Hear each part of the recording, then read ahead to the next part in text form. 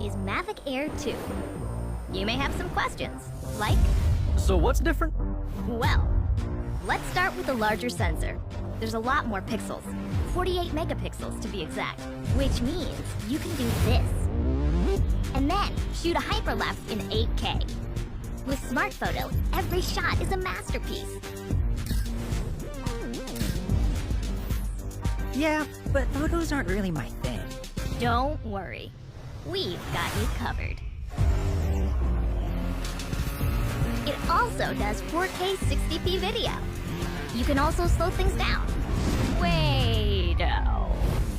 And yes, there's HDR video. How's the flight time?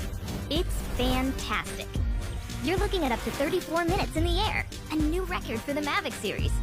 We've added OcuSync 2.0, so you can fly longer and see clearer. What if I'm not a great pilot? That's where Focus Track comes in, so you can fly like a pro.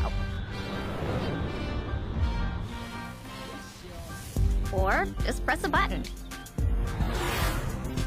Here's the best part. Automatic obstacle avoidance. Okay, but what do I do with all these shots? Here's an idea. Use the DJI Fly app to edit and share your moments with just a tap. So, what's different?